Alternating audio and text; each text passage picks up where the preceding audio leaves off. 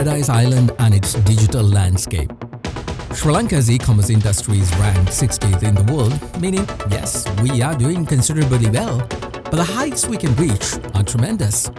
With an abundance of products from culture to new tech, Sri Lanka has the ability to sell products, services and ventures to the world. In fact, e-commerce has managed to make everyone a potential buyer and a seller, opening the world as its market. Despite these potentials, Sri Lanka seems to be scratching its head in the dark. While some are thriving, others have no idea how to break the wall. According to experts, Sri Lanka's annual domestic e-commerce sales value, including services, is an estimated $40 million. This was expected to grow to $400 million by the end of last year, but the numbers are in and Sri Lanka seems to have missed the mark. Currently, only 0.4% of Sri Lanka's total annual retail sales is in the e-commerce sector. For opinions, insights and analysis, joining me today on this special presentation is the founder and chairman of Kapruka, Dulith, Herath, founder and CEO of Pick.me, Jiffry, Zulfer, director of Ideal Takas, Nimisha, Welgama, and chief commercial officer of Daraz, Oshan, Ranathunga. This is another Derana special presentation. Digitizing Sri Lanka. Can e-commerce catapult Sri Lanka's ailing economy? Now, reporting live to tape from Studio 24, here's Mahesh Johnny. Hello, thank you for joining us on yet another segment on Digitizing Sri Lanka. Today our focus is on e-commerce and how this sector can push our economy into new heights. E-commerce in Sri Lanka has grown significantly, obviously, with the increased use of internet and smart devices, especially during the COVID pandemic. You would have remembered how much we were banking on those devices and the internet. Now, according to the Information and Communication Technology Agency, or known as ICTA, and the United Nations Conference on Trade and Development, Sri Lanka's digital economy was around 4.37% of GDP in 2022.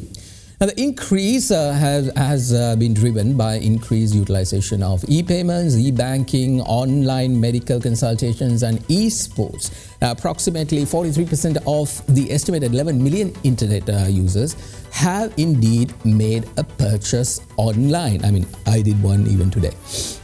Now, the Western province is the largest e-commerce market geographically, accounting for around 50% of total orders. Now, products purchased most frequently online are electronics, apparel and personal care products. Around 56% of internet users state that they purchased a product or a service after seeing an advertisement on the internet itself. Now, this industry has a lot of potential. It can actually boost our economy and bring in the much needed dollars into our country. However, the snag right now is that most of us are buying products from offshore vendors, meaning our little dollars are being spent. So what we must aim to do is to reverse that and get dollars, or open our markets to the world and get the world to purchase Sri Lankan products, hence upping our dollar count. But to do this, the government must step in and open the doors. Let's bring in economist Imran Furkan, standing by at the data board. Imran, good to see you, and thank you very much for joining me on this special segment as well. Now, what do you think in terms of e-commerce per se? That's our focus today. What are they doing right and what are they doing wrong? Nice to be with you, Mahesh, once again. Look, it's an exciting field, right? Because it levels the playing field between those, brick and mortar stores, people who have big stores, people have a small store, because you have a virtual store where anybody can get in and you can have as much inventory as you want, and you can, match buyers and sellers. So to understand the industry in more, let's first look at a few numbers, right? It gives us context and it tells us where we need to go. Sri Lanka is the 60th largest market, with a predicted revenue of about 1.8 billion by this year. Right now, to put that in context, we are just ahead of Iran. Iran has 88 million people. We have about 22 million people. So we have 1/4 the population of Iran, but we are bigger than them in terms of e-commerce. So, geography or size of population doesn't really matter. It's about how the ecosystem is evolving. Right? It's a very exciting thing for us. In terms of growth, right? We are looking at growth about 8.3%. So that's a pretty good rate of growth. It's much better than even our economy is growing, right? Because there is a lot of dynamism in the industry, and we could get to about 2.57 billion. This is purely for e-commerce. If you look at digital commerce that you referred to before, we are now at about $3.2 billion, right? Which is very good as well, and then that can grow to almost 5 billion during this period as well, provided we do the right things. So what do we need to do to create a like an ecosystem in terms of the economy? I think we have very good growth rates, much better than other parts of the world as well. In terms of the ecosystem, I think that's the key thing that we need to look at, right? There are a few things we need to do. One is government policy, infrastructural context, the industry, how the industry itself works, right? And the customer, right? And in each one, we have few things to do. In terms of government, the government needs to get certain policies right? They need to treat foreign e-commerce players and local e-commerce players equally. Now at the moment, foreign players have certain advantages, particularly around taxation. However, they must resist the temptation also for protectionism, particularly in terms of data. In India, what has happened is the Indian e-commerce players have gone to government and tried to get data sovereignty, storing data only in India, that kind of thing, which makes the cost of doing e-commerce much higher. So the government must resist that. Then the government must also remove archaic conditions. For example, a lady cannot buy alcohol in this country. So if there is an e-commerce, employee trying to go and buy alcohol, for example, that cannot happen. You cannot buy and store alcohol. I know one of your guests had a problem with that recently. So absolutely chaotic old laws, right? In terms of customer and social context, now this is important, right? If you look at data, what it shows is that 70% of transactions are done by cash. Now that's not good, right? That's not good for a couple of reasons. No taxes are captured, right? And the problem here is there is no trust. The trust in the e-commerce ecosystem in Sri Lanka and in many developing countries is very low, and I think we need to work on that, about returns, about warranties, etc. Also, other contexts includes low data literacy. People don't understand how to use certain platforms, which needs to be improved as well, and computer literacy as well. In terms of user industry context, again there are other things need to happen, right? You need warehouses, you need good logistical systems, right? You need a last mile to delivery systems in place. Same day delivery. Same-day delivery, right? Why, at least within a small area like Colombo, it should be possible. So I think if you improve all of these things, I think you have an amazing e-commerce ecosystem, and the sky is the limit, right? And Sri Lanka is another exciting phase. We're not at the very beginning of our e-commerce journey, but now we're very well advanced. That's exactly, very much a lot of food for thought there in order to continue our discussion, because there are people who have actually done very well who will be joining us shortly and giving us their take on that as well. One thing that I have learned, like last time when we did this segment, Imran, was the fact that even though the idea was that we don't need the government, but the government needs to understand this sector very well so that they can address the issues, because you said certain archaic, cumbersome laws are still in place, which is actually becoming a hindrance. Now, if the government understands that this is a snag, and they can actually work on it and pave the way, because what happens here is that our economy thrives, isn't it? Absolutely. And it gives the marketplace an opportunity for people who weren't given exactly. This is what everyone becomes a seller or a buyer. Exactly. Indeed. All right, Imran Furkan, thank you very much. Appreciate it. Now, more to discuss, and after the break, I will have my panel, founder and chairman of Kapruka, Dulith Herath, founder and CEO of Pick.me, Jiffry, Zulfer, director of Ideal Takas, Nimisha, Welgama, and chief commercial officer of Daraz, Oshan, Ranathunga, will all be here to discuss more on that. This is a special presentation, Digitizing Sri Lanka, e-commerce and its future. Let's take a short break. Back in a moment.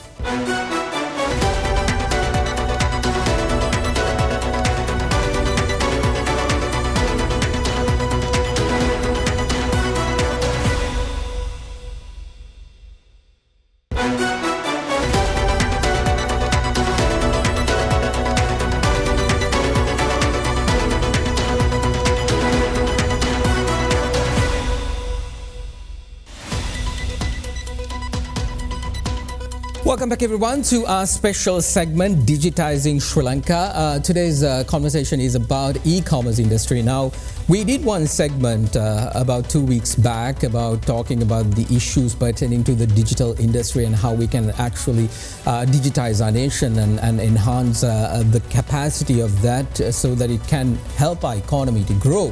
Now, one thing that all of us understood was the fact that this industry is not just, when you label it and say digital, it doesn't mean that. There is a lot of areas that you really need to focus into. So that's why the idea of having a separate segment for e-commerce per se. Now, e-commerce basically impacts our economy. That's a direct line. If we want to really harness new potential, new avenues and new areas of bringing in dollars, any kind of money into the country or making sure that our economy thrives, this is an industry that we really need to focus on. And in order to have this discussion, pioneers in the field are here with me. Let me introduce them. Thank you very much for being here. From the left onwards, founder and CEO of PickMe, Jiffry Zulfer. Welcome to the program. Good to see you. Thank you for being here. The founder and chairman of Kapruka, Dulith Herath, a big brand in Sri Lanka with regard to e-commerce per se. I think one of the founding brands in the country. Good to see you and thank you for being here. And also the director of Ideal Takas, Nimisha, welcome to the program. Thank you for being here, Nimisha. And also the Chief Commercial Officer of Daraz, Oshan Ranathunga. Good to see you, Oshan. Thank you for being here. Last time also I had one lady and many gentlemen in the panel. I don't know whether this is something with the industry or not, but let me start off with you, Jiffry. PickMe actually revolutionized in terms of in Sri Lanka.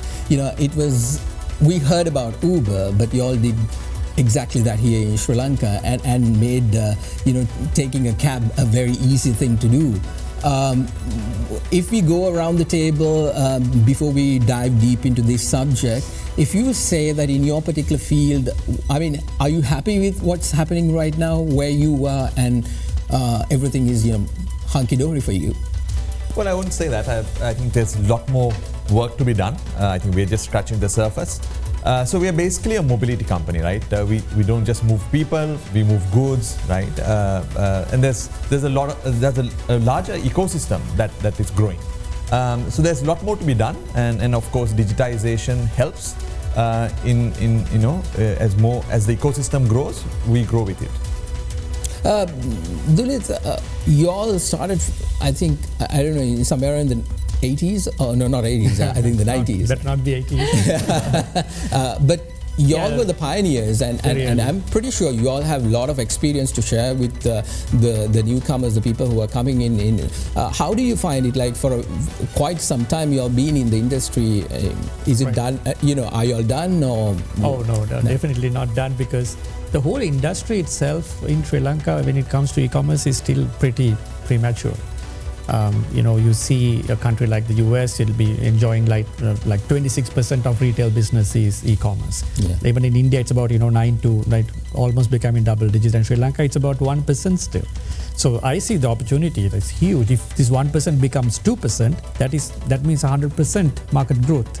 So you don't find sectors like that these days. Can you start a supermarket chain and ever imagine a 100% market growth? Never. But in e-commerce, that opportunity is there. Nimisha, what about your, what exactly do you all feel, coming into a market? Is it saturated, or you still don't have enough players in order to make an impact to the economy? Or? Well, Takas actually was founded in 2013. Ideal acquired a Takas.lk in 2020. During the pandemic actually is when we acquired it, and we saw a really great opportunity at the time to diversify. And I think I agree with Dulith's sentiments that we're still very much at a premature stage. I think it is great that we are seeing more and more players coming into the market, because I feel competition is very good for all of us and for the market to grow. But like he said, we have a lot more to do to get there. But I think we are on in my view, a positive upswing to get there. Oshan, Daraz is not just a Sri Lankan product, right? It is, I think, in the region itself. So how do you all feel? Because it is not just a Sri Lankan focused business, but it's a regional focused business, and operating in Sri Lanka, is it profitable for you? You're absolutely right. It's not just a Sri Lankan alone business. It's actually eyeing the entire South Asian region. So looking at it, it's more to do with getting the right behavior in the entire patch is what Daraz is trying to look for. So essentially, it's not about a P&L game right now. It's about adoption, and that's what we're trying for. And I think I would fully echo what my colleagues also said here. It's all about, we're still on the land grab stage. There's a lot more to do. So that's the journey that Daraz is also on, not only in Sri Lanka, but in the entire South Asian patch. Dulith, let me come to you.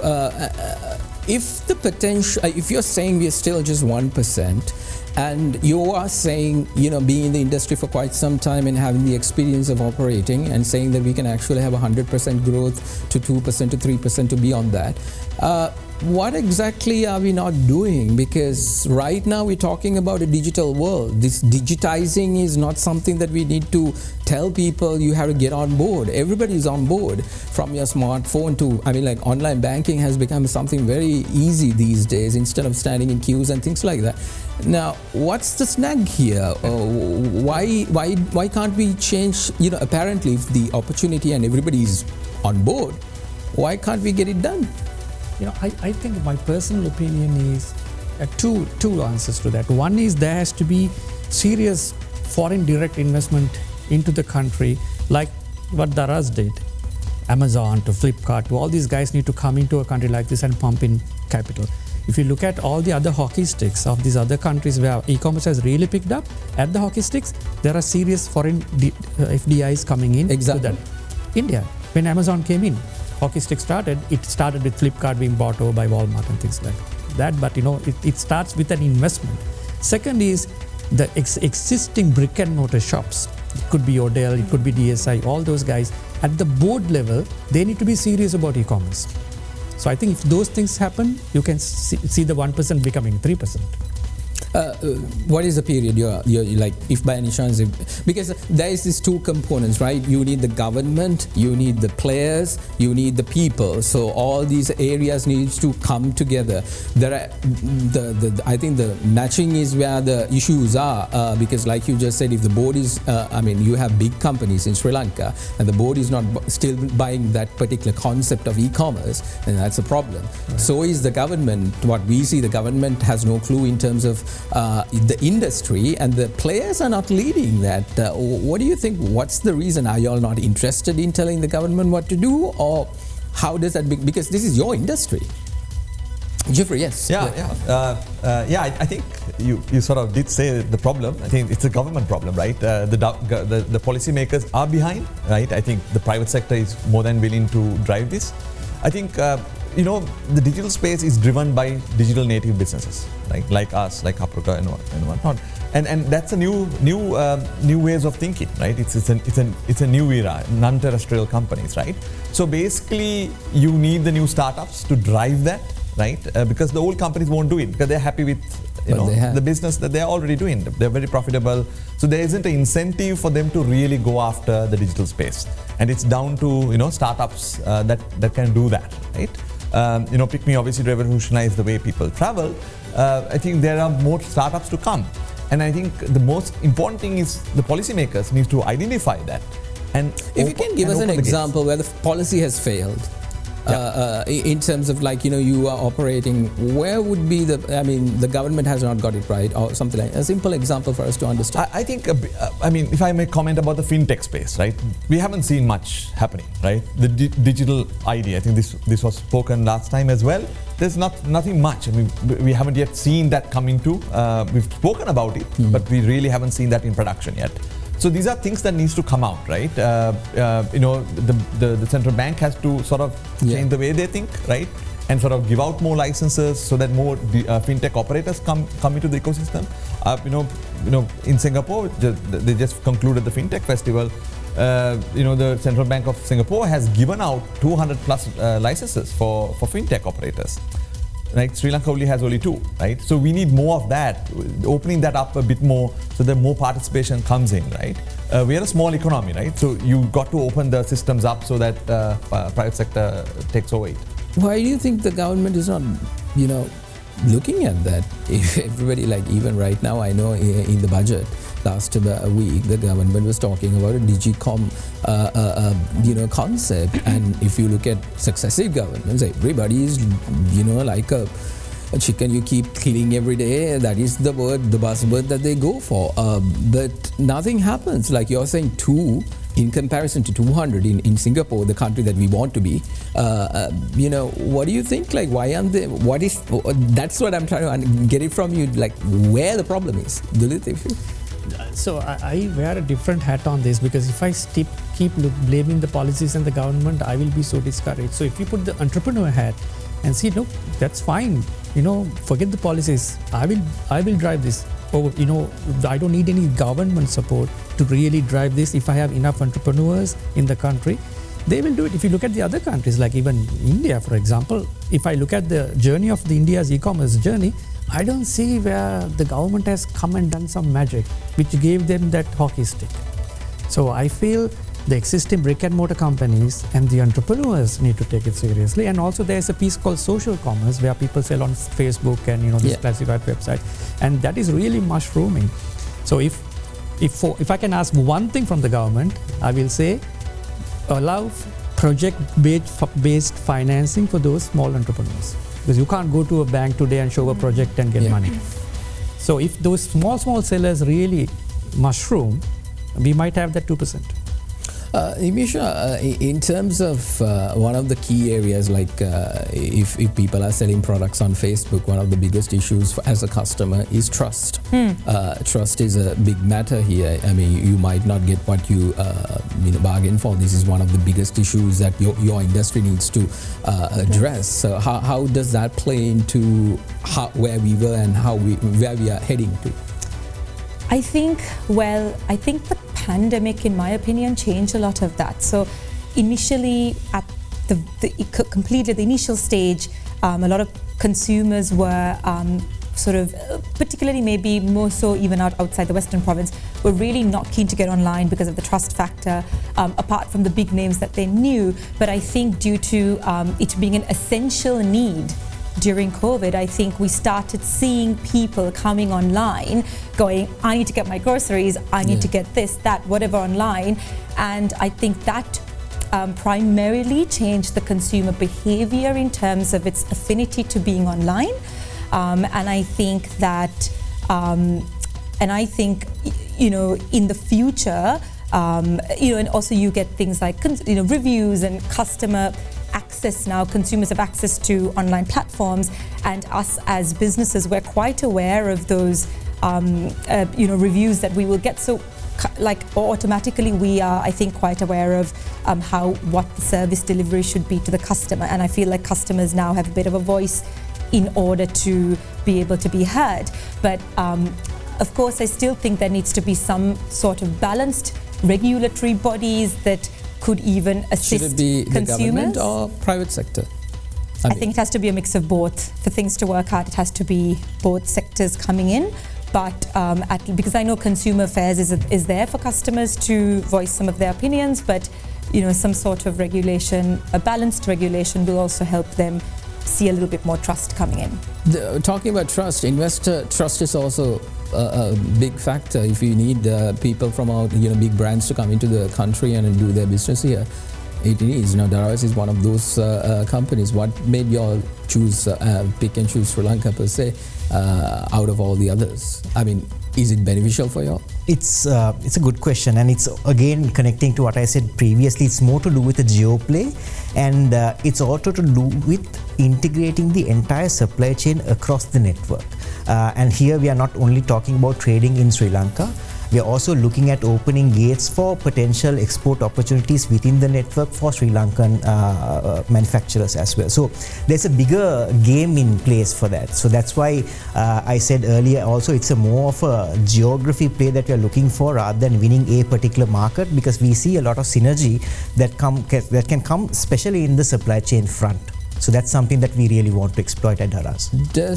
I'm pretty sure since 2002, if you were in business, Dulith, if by any chance you would have actually had a lot of conversations with investors all around the world, looking at Sri Lanka as a potential investing point, why is that not upticking, going to a point where we can actually harness better results than what we are getting from? Yeah, so I think if the COVID didn't happen and if the financial crisis did not happen, it would have come in.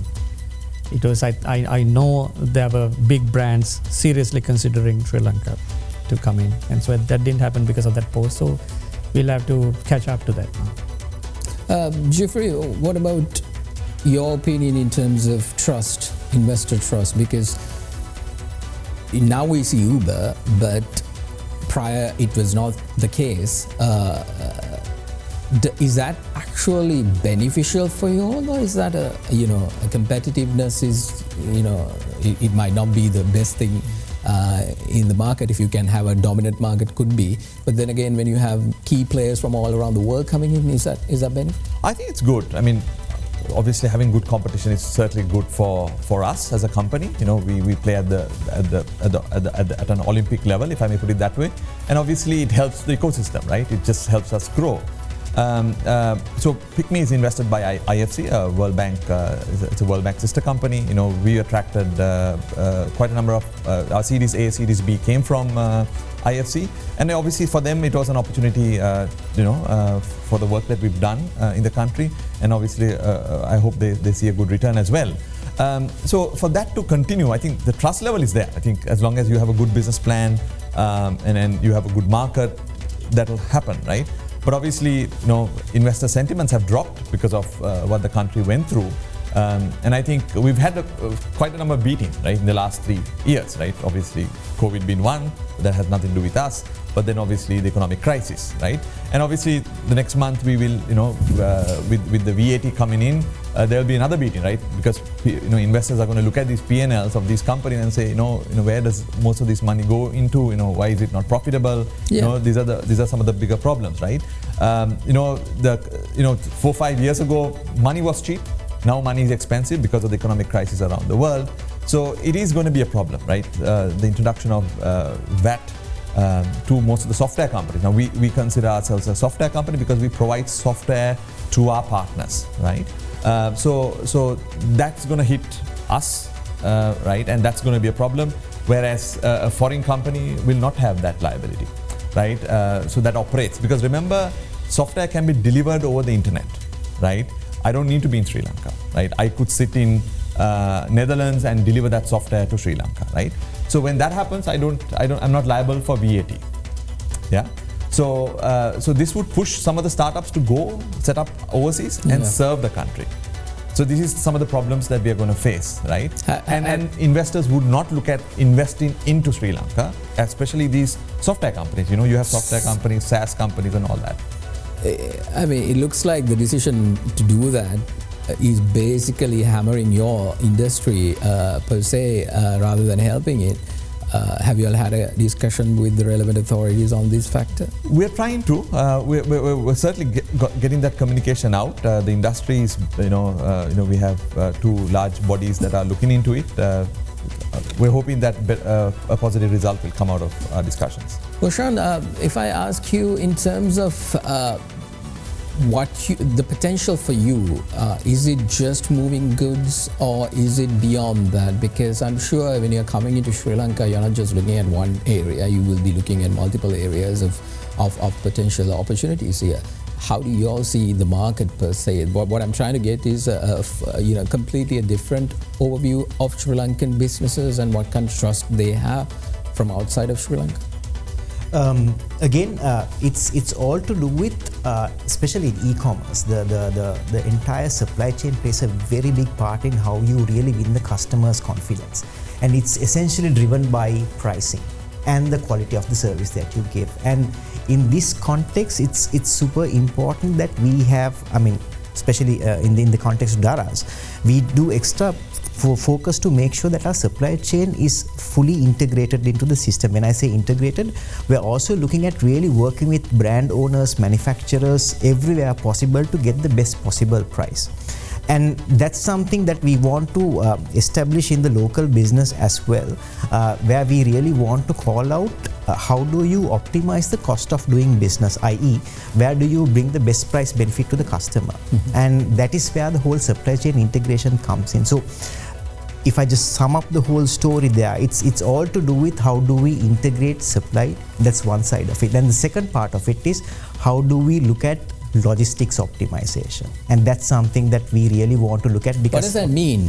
Does it mean that better delivery services to your customers? What exactly, and where is the snag there? Because is it people are not giving you all the required services, or what See, is in our nature of business, delivering the goods on time in full is a given. I think that's a hygiene factor, and all of us are there to make it happen. What we are talking about essentially is, can we go beyond that? Can we talk to more manufacturers in Sri Lanka and give them the logistics support that they want, that they don't have right now, or that is something in-house which is actually impacting their cost to serve? Can we be a part of that, and can tech be a part of that integration process? So these are the options that we will be looking at going forward. Before we take a small break, Nimisha, if I ask you I really want to give a complete segment for that, the financial aspect of it. You are doing businesses online, but you need to get the return. To here in Sri Lanka, there's no point in parking your money elsewhere because it's easy to do it. So what is the snag here per se? Because is the central bank not understanding the importance of simply PayPal? This is something that a lot of people are talking about, because it's very hard to sell something abroad in order to get the money. Either there are lots of taxes, if you're selling it for the price that you actually would be competitive, there's some other market, either it's from China or someone who will give it for peanuts. Yeah. And you're like, what am I to do with this? Because the structures are as such. The financial side of things, how is that impacting you all in terms of policy and the government's lead on that? We mainly at Takas, we are selling products that are available in Sri Lanka. So when there are goods coming in from overseas and they're not appropriate taxation for those, then we are of course losing out in terms of the pricing. I think the government really needs to take some steps to try and make it a level playing field for all of us, so that we can then, within those Who's spheres, all the companies operating in Sri Lanka, the e-commerce companies operating in Sri Lanka, to give them the best possible chance to give the best and fair pricing to the customers. Right now, what is eating in terms of not being able to provide a very competitive price as per whatever the product that is there in China, let's say, that is the biggest competitive market right now, even in your platforms. If by any chance, what is why can't you, I'm just saying an example, if you can, if China is providing it for 500 rupees, why can't you give it at 500 rupees, and where is the problem? What is actually eating into you? I think economies of scale is a big thing in China. That's why the pricing is very low. But also I think we have a lot of taxes in Sri Lanka that are added to these products. So I think that's a really big issue in terms of pricing and why we can't compete on those levels. Is that the same for you as well? That's a common problem in all developing countries, especially small ticket items. You can directly order from China and it will land in your mailbox. You have a 50-50 chance of it being duty charge or not. So we lose out on those, because we would be importing and buying from people who have imported in the right way and have paid the full price. So it is a common problem in the region. So it's a regional problem, isn't it? In developing countries, it's a very common problem. So how can we address that? No, I think we don't have a clear answer. I don't think we should stop it and say, look, you cannot order from China. It is unfair for all these people with smaller budgets. We need to leave that option open. No, if the taxation is the issue, and if so there are two channels, that's the problem. Exactly. Yeah. So what you're basically touching is on the Chinese products are treated a different way, and the Sri Lankan products are treated a different way. Leveling the playing field would be to give the same kind of benefit that is being given to. No, if you take the same product, it is sometimes the customer can directly order from AliExpress. Yeah. and it will come to you at 500 rupees. But the same product, if I buy it on Takas, it might be 600 because she had to buy it from somebody who has paid the duty and imported it as a business. So that means the government is not giving a benefit to the Chinese product and not the one that is coming through our own. Is that? No, it's the other way around. I mean, the government cannot scan every single small package that comes into the country directly. That's where it gets stuck. So that is an infrastructure issue as well. It is. It is. A lot more to talk about on our special presentation, Digitizing Sri Lanka, E-commerce and its future. Joining me for the conversation is the founder and chairman of Kapruka, Dulith Herath, founder and CEO of PickMe, Jiffry, Zulfer, director of Ideal Takas, Nimisha, Welgama, and also the chief commercial officer at Daraz, Oshan, Ranathunga. We'll take a short commercial break. We'll be right back.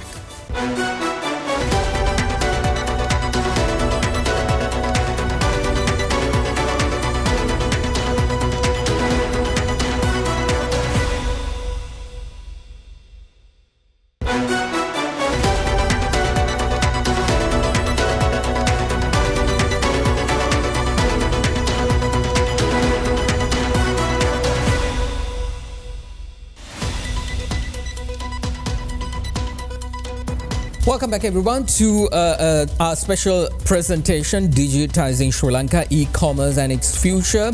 I'm in conversation with founder and CEO of PickMe, Jiffry, Zulfer, founder and CEO of Kapruka, Dulith Herath, director of Ideal Takas, Nimisha, Welgama, and also the chief commercial officer at Daraz, Oshan, Ranathunga. Actually, we wanted to have the minister here. That's what we've been talking about, but apparently, Parliament is very helpful these days to our country because they're doing everything that that helps. They're having arguments there, so apparently the minister has been asked to stay in the parliament. That's a directive given by their party, so we can't do anything about it. But I appreciate Oshan taking the time to sit with us and have. I think this is a better conversation rather than bringing the government because I don't know. Lots of things to say. Let me start off with you, Jiffry. If by any chance, if anybody wants, like let's say we have lots of businesses that are physically present here, and they are the usual typical type of businesses, a shop or a showroom or something of that nature. Now, in order to elevate this into to the online space, you really need to have the trust and the ability to get into that. How much of people, the investors, the entrepreneurs in our country, the local ones, do they believe this platform? I mean, is it just because it's this superficial idea of being online where the notion of everything is fake is always there? When you talk about social media and things like that, it's always this fake kind of a lifestyle. Is that the case? I mean, is that a good buy-in by the local investors? Yeah, when it comes to our industry, I think there is that buy-in. I think people are, building trust. They know, like when a company like us, we are in the country, we have operators, we have people, answering calls, right? So there is that level of trust. I think we've seen that adoption very well. Gone are the days you'd actually pick a phone now and call for a cab, right? You use an app and get the cab to your door. So that ecosystem has improved. People place orders for food, using the app. You only have few choices before, but now you have all the restaurants available to be delivered to your home. So I think that trust level is improving, and I think we can do a lot more to improve that. I think the right kind of policies will enable that to grow, and I think with the right policies, you will see a lot more startups coming in. Because that ecosystem is very big, right? There's so much of services that you could deliver digitally that we are still not doing. So I think that's something that we should work on. So I think obviously we were, a little while ago while we were preparing for this, we were talking about the toll gates, right? It's a highly cash-driven transaction, right? That should have been digitally driven, right? Where you could just pass through a toll gate and then actually have the payments made digitally. Right, I think even growing to your grocery, right, should be done digitally, right? I think that's the opportunity, right? We've seen this happen in China and India, right? In India, especially when I last went there, no one accepts cash, right? Exactly. You're alien, right? When you go there with Sri Lankans. I think all of you all provide cash on delivery. The limit, yes. What is the reason for you all to still keep that option open? Is it because people don't trust their money in a digitized form? Dulith? The customers still want it. So when the customer wants it, you cannot force behind it, and it's a big number. Sometimes like 90% is still COD. They want to see it like a pizza. I'll pay for it when I see it. Mentality is still so there. So that again goes back to trust. Yeah, but still the market is so small again because it's 1%. 99 people still go to the shop. Only 1% still buys online. So I can't challenge him and say, okay, you also better pay from a credit card. So we have to give that choice until the market matures. Yeah. Sorry, I'm just going to add there, right? I think everyone who uses PickMe knows this cash card problem, right? Drivers, especially drivers would ask, Mahatya cash the card dekela. Yeah. So I think the problem is the ecosystem itself, right? So a driver who accepts cash, can actually go and you go to a grocery and actually buy his food for the family. But if he accepts in card, he has a problem because he can't go and throw his debit card at the grocery because those people don't accept it, right? So that's where the issue is, right? So we need to build the ecosystem for that whole digital payments to work very well. But if you look at India, and if you're saying no longer do they use cash anymore and it's all digital, it has gone to levels in the West where you use your watch in order to do transaction, Apple Pays as such. We don't see that type of innovative approaches coming into Sri Lanka. It's not that we have to reinvent it, it's already in existence. It's just the connection between like companies like Apple or some other global company who already provides this service should be here, but it's not. What do you think, Dulith, in that aspect of it? Because if India can do it, if you look at the educational levels and the social structures, I think it's similar as per your customers right now. So it's nothing to do with education, but I think it's something else. But the growth that India is going through is so phenomenal right now. So it's unfair to really compare where we are and their growth. And also there was a huge private sector involvement in digitizing that country. So if you look at Paytm, for example, they were the guys behind that QR code, whereas the QR code was the default method of payment even at Apollo in India. So there was a lot of that going. Again, coming to the investor confidence, I think most of those investments were actually done by local VCs in India. So even in Sri Lanka, I was very pleasantly surprised. I remember listing Kapruka on the stock market 2.5 years ago. I never expected that kind of a subscription. So there was a 9 times oversubscription for a e-commerce company from all these small investors. So it's not just the high net worth individuals who invested in it. There were about 5,000 applications that came in. That means people trust it, even if you have a little bit of money to put in to invest. Nimisha, is that the same for you all as well? When you all actually joined Takas with Idea, how did you all look at it? I mean, I'm pretty sure you all would have done studies prior to just acquiring it. What exactly did you all see, and what is the others that aren't seeing it? Well, like I think I mentioned earlier, Takas had been in existence since about 2012, 2013, and we acquired it in 2020. As a company, we were looking to diversify, but particularly because we acquired it sort of at the start of the pandemic, we really realized the value and the opportunity that was lying within with Takas being an e-commerce company, having been around for so long. So we took that opportunity at the time and acquired the company. And we think that, that's what has put us ahead with diversifying our business, and I believe that a lot of other companies are now hopefully getting into it. It's a slow uptake, but I think they will get there. Oshan, in terms of Daraz's operation in the country and what exactly you all are forecasting, the local investor confidence is quite important to a platform like yours, because you're not just selling foreign stuff, you're actually selling local. You're providing the platform for that. So in an instant like that, how do you translate this entire scenario, right, where you have the potential but can't get there, or what is the problem that, in your point of view? So we look at it in multiple phases. One, as you correctly said, how do you facilitate local businesses to use the platform? And more than 80% of our business is local, and that's something that we are proud of, and that's something that we do with our entire team to really mobilize the seller network in Sri Lanka. That's one side of it.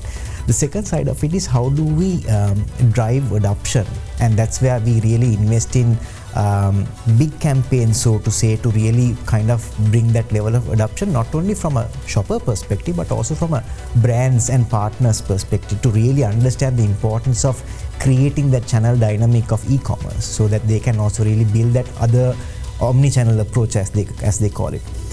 Third thing that we have started very recently to do is to also take responsibility in creating that future, where we now walk into universities and talk to them on this whole e-commerce curriculum, which is also kind of paving the way to at least to build that future talent in the system who will really embrace the e-commerce importance on your retail business. Dulith, do you think our market is too small in terms of any investor looking at it? For a simple example, a local investor, he might think, okay, what is the internet penetration? 11 million. I might not even get this much of businesses. I might as well keep a proper shop open, and that's profitable. No, but if they look at where the whole world is heading, and if you are only focused on the local market, and if the local market's industry is at 1%, and this is e-commerce, I think if I had money, it would be a no-brainer. If I have 100 million that I want to invest in a hotel project in some city in Sri Lanka, I'll rather put that into this market actually, because it has so much of growth potential. I'm just talking about the local market. Can you just give us an example of this growth potential? Because we heard the word, but we don't exactly have an idea of what exactly are you seeing that we are not seeing. So again, that 1% story. If you talk to 100 people, not in the urban areas, to get to a tier 1, tier 2, 3C, how many of them they may be using, they are on Facebook, they are on everything else, but they have not ordered something online for home delivery. So that's where that whole market potential actually lies. Then comes the categories. I mean, the electronics is the leading category. And then comes clothing, then comes all that, and at the bottom there's grocery. Right at the bottom there's furniture. So that's how normally the structure of that is. And if you look at that with a regional player like India or Nepal, not even Nepal, like Malaysia, etc., you can see the story, how the same thing has played out. And those same categories should play out the same way in Sri Lanka. If you look at, let me ask Nimisha, if you look at selling a Sri Lankan product to a market in Malaysia, is that possible for you, or what exactly? I mean, why can't you do that? We could, and that's a conversation that we've been having in the future to actually expand our current segment. And I think we are in talks with a few suppliers overseas to try and make that happen. And I think that's something that do you all have the ability to sell Sri Lankan products overseas right now without any problem? Yeah. So I mean, for example, if you take Dilma Tea, Link Samahan, all these top Sri Lankan brands, Kapruka is the e-distributor in the US, Canada, and UK for them. So today in the US, is it for Sri Lankans living there? No, this is for locals, Americans, or Canadians and UK customers, because they recognize the brand. These are globally demanded brands that has come out from Sri Lanka. Like, for example, a good example is always Dilma. So today, if you go to Amazon.com and search for Dilma, you will see the seller as Kapruka. So we have become an e-distributor for them. So you have tied up with Amazon. So we buy Sri Lankan stock, move the stock to that country, and sell it on that country's e-commerce platforms. You don't find any issues in doing that right now in terms of the return that you get, or is that? Actually, it's quite a booming business, because all this time these Sri Lankan local brands that has a global demand, if for them to put their stuff into a supermarket in another country, they have to always talk to a distributor. Yeah.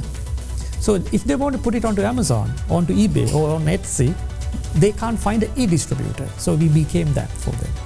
So the returns and everything is actually really part of the deal. Daraz is also in that particular category, isn't it? Now, if you are saying that 80% of your sellers are Sri Lankan, do you provide the ability to pitch those products to the region or Yes. beyond that? Yes, we do. And in fact, we also have a few local sellers who are part of our Southeast Asian sister company Lazada, who is selling our products on that platform as well. So that is something that we also facilitate. No, what I'm trying to understand is like if it is furniture, Sri Lankan made furniture can be shipped to anywhere else? That's a tough one. Logistics wise. No, I mean like that's how they look at it. If I'm selling furniture and my showroom is furniture and I'm really good at doing that, I would not give two hoots about online businesses because it's actually a cumbersome process how to move the goods from Sri Lanka up until that particular point. I think that's where you guys come in. Do you find it easy to do that, or is Are you talking about exporting or local delivery? Exporting from not moving within Sri Lanka, but let's say opening our platforms to outside world? Because I mean, like if I'm getting on Kapruka, Dulith, can I sell to Malaysia? Can I sell to any other country? Because generally the shipping kills the deal. That's why you fail, because it's a one-piece order. And if it is bulk, then you think there is a potential, isn't it? No, yeah. So that's why we are doing for Dilwal, because we are shipping containers of goods to that market and fixing the shipping cost. Yeah. I just want to take the previous question that you asked. I think there was a discussion about India as an example. I think obviously a lot of the private sector has built up. A lot of the startups, are unicorns today, decacorns today. That's because many things have taken place. One clear one is Aadhaar coming into play, which is the digital ID of India, and then UPI. Right now, these are government policies that actually changed the digital landscape of India. Right? I mean, you talk to any Indian, they'll talk about Aadhaar and UPI. Just revolutionize the whole model of India. I think we should just take a leaf out of that and sort of deploy the same thing here as well. And the topic of bringing multinationals to Sri Lanka, I think we have the talent in Sri Lanka. I mean, we are just like you said, the same demography, right? We have the same kind of talent level as India. The literacy rate obviously a little higher, but if you look at technology skills, we do have the same. We have some very good companies in the country as well. So I'm a believer that we have the talent to build these things, right? So I think if given the opportunity, I'm sure there'll be a lot of startups that will come out. I want to touch on startups, but before that, let's take a short commercial break. In conversation with me today is the founder and chairman of Kapruka, Dulith Herath, founder and CEO of PickMe, Jiffry, Zulfer, director of Ideal Takas, Nimisha, Welgama, and also the chief commercial officer of Daraz, Oshan, Ranathunga. You're watching our special presentation, Digitizing Sri Lanka. We'll be right back.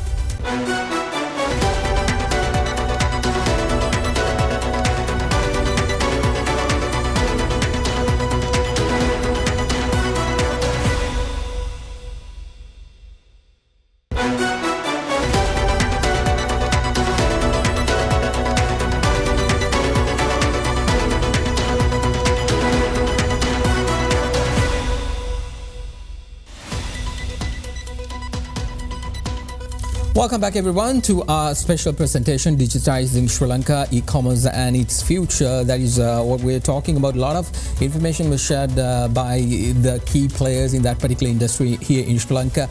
We have Kapruka founder and chairman Dulith Herath, the CEO and the founder of PickMe, Jiffry, Zulfer, director of Ideal Takas, Nimisha, Welgama. Apologies, and also the chief commercial officer of Daraz, Oshan, Ranathunga. I mean, we can talk for days as to the issues that you guys are going through, but I think we really need to push the people who are making the decisions in terms of our nation in order to let them understand where the potential is, because I keep hearing the word potential in this particular space, digitizing per se, but the revenue, I mean, if you're talking just 1%, if you're talking about like, minute amounts, the buying is a bigger issue. And that's where I want to come to the next segment, startups, where a lot of people are thinking, Sri Lankans, who has the ability, who has learned a lot, and they might be thinking, okay, this particular business is not per se, let me go to Dubai, let me go to Singapore, let me go to some other country and just start doing that. I want to come to Dulith here. What made you to do what you did in 2002? And if by any chance, if there are youngsters who are watching, what would be your advice? I mean, you could have taken this business elsewhere. To be honest, I think smaller markets like Sri Lanka, if you are the right player, you can be a great fish in a small pond. I don't think I can ever have the potential to do Kapruka in the Silicon Valley. The chances of that succeeding versus me knowing the local market and doing it here the way I think is right, it has a much higher success rate. So again, entrepreneurs in Sri Lanka is a very low number. Percentage wise, I don't know, but I know it's very low here, which means you are competing. Digital entrepreneurs or just general entrepreneurs. So like if you take a country like Japan, it's extremely high. So here it's very low, which means you are going to be competing with less entrepreneurs. So it's also a market where you will have less immediate competition. Like in a market like India, if you have an idea, you start in Bangalore, tomorrow you're going to have the same company in Delhi. Somebody going to be competing with you the next day morning. You don't have that problem here. So I can go on and on like that. The advantages of actually doing startups in a smaller country like this versus going to a bigger market. Do you have conversation with youngsters as to how they can actually come into this market and implement their ideas? Yes, all the time. I mean, that's something I really enjoy. And what are you hearing from them as the biggest issue that they face? So they're excited actually. Most the entrepreneurs, especially the younger ones, they see the potential in the upcoming AI technologies, completely revolutionizing everything what we are talking here. From actually going and ordering something on the app, and instead of that asking a GPT to do everything for you, so he will order the cab from him, order the grocery from me, and order the rest of the goods from Daraz, etc., and do everything for you. So these are new things that's going to come. So the youngsters are quite excited about it. Jiffry, what do you think about the startups? Because I think you all were a startup initially when you all came in, and we were all a startup at one given time. I think we have to encourage more startups, right? And one of the important thing is creating the environment for that, right? Startups should come in. We should allow capital to flow in, right? And this will certainly help. And one area for me, when I look at it, is the public sector, right? When you open the public sector up for participation with the private sector, you create startups, right? Because people will come up with innovative ideas. Some of the startups that we are seeing in India are because of UPI and Aadhaar, right? Those two has just sort of changed the whole game in India. And on top of that, a lot of these new startups come about, right? So obviously Sri Lanka, I mean, we have a lot of talent, a lot of educated folks in the country. Some of them have left us already. Yeah. But we need to see how we can use them, right? And I think obviously we had a lot of people leaving the country, right? If you create a very fertile ground in the country, you'll have these people coming back, and that's what we should be aiming for. Nimisha, y'all didn't have an e-commerce arm when you wanted to take on Takas, but what do you think, like, what made y'all to go there, and what is the potential in terms of what is out there, in the future? Yes, we're actually, the Mr. Nalin Welgama, the founder and chairman of Ideal Motors, he was always very keen on e-commerce and wanted to and had his ear to the ground in that space. So he's the one who really acquired the company because, again, like I said, he saw the potential, and we have a lot of other businesses in the group that we thought could benefit from having an e-commerce arm in that. Have you put your other businesses on this platform? Yeah, so some of our car care, our workshop services are on the site, but again, getting that traction from those sectors is a bit challenging, I have to say, but we are trying to pursue and get more and more non-traditional things or packages on our site,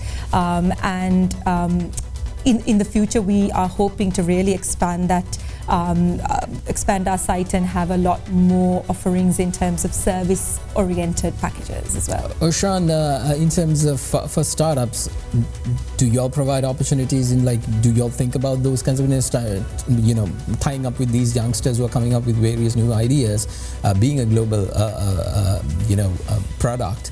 How do you look into that? Absolutely. I mean, whilst we really facilitate the big brands to also be a part of this journey, we also have that real focus to build local entrepreneurship. And I mean, we say that we want to uplift the communities with the power of commerce, and that's what Daraz stands for. So that's an agenda that we also want to run in Sri Lanka, and which we're actively doing as we speak. And that's something that we want to continue doing as well. Do you all see a lot of youngsters coming up and joining with you all? Is there opportunities in that front? Of course there is, and you will see the average age of the company is about 27 years old. So you have a huge young talent operating in the business who is really driving this with passion, and that's something that we are proud of. We are running out of time so quickly. What do you think, like where are we heading in terms of this industry per se? I think we can draw back to where we started off. There is immense potential. It's just that we need to, as a country and as a community, come together to really find that sweet spot where the buyer, the marketplace, the seller and everything and the digital infrastructure comes into place to really make it happen. And that has to be backed up with strong policy with consistency, which will really drive home this agenda of growth that we are talking of. Nimisha, closing remarks? Yes, very similar to Oshan. I think the public and the private sector together have to really come together in the next few years to try and facilitate this growth and harness the ecosystem that we're all talking about, which will ultimately help grow the space. Dulith? I think we should stop worrying about the local startup should focus on exports for cross-border e-commerce. We are talking about buying here, but we can actually sell to the whole world through e-commerce. So a lot of startups should think about export-oriented products to be sold on global platforms. Come to think of it, that's going to be my next segment, so completely focusing on that. Jiffry, I'll give you the last word. Yeah, I think obviously there's a lot of opportunities. Though Sri Lanka is small, there's still, the e-commerce industry is just scratching the surface. There's so much more we can do. Cash,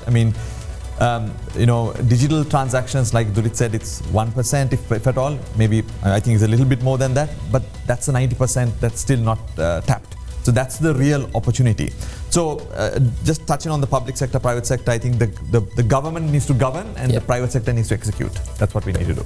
A very good place to stop our conversation today. Thank you very much, founder and chairman of Kapruka, Dulith, Herath, founder and CEO of PicMe, Jiffry, Zulfer, director of Ideal, Takas, Nimisha, Welgama, and also the chief commercial officer at Daraz, Oshan, Ranathunga. I really appreciate you coming up and sharing your ideas. I hope that the people who are supposed to be governing and taking care of this country and its policy actually learn something from it. Well, that's all the time we have for you on this special presentation, Digitizing Sri Lanka.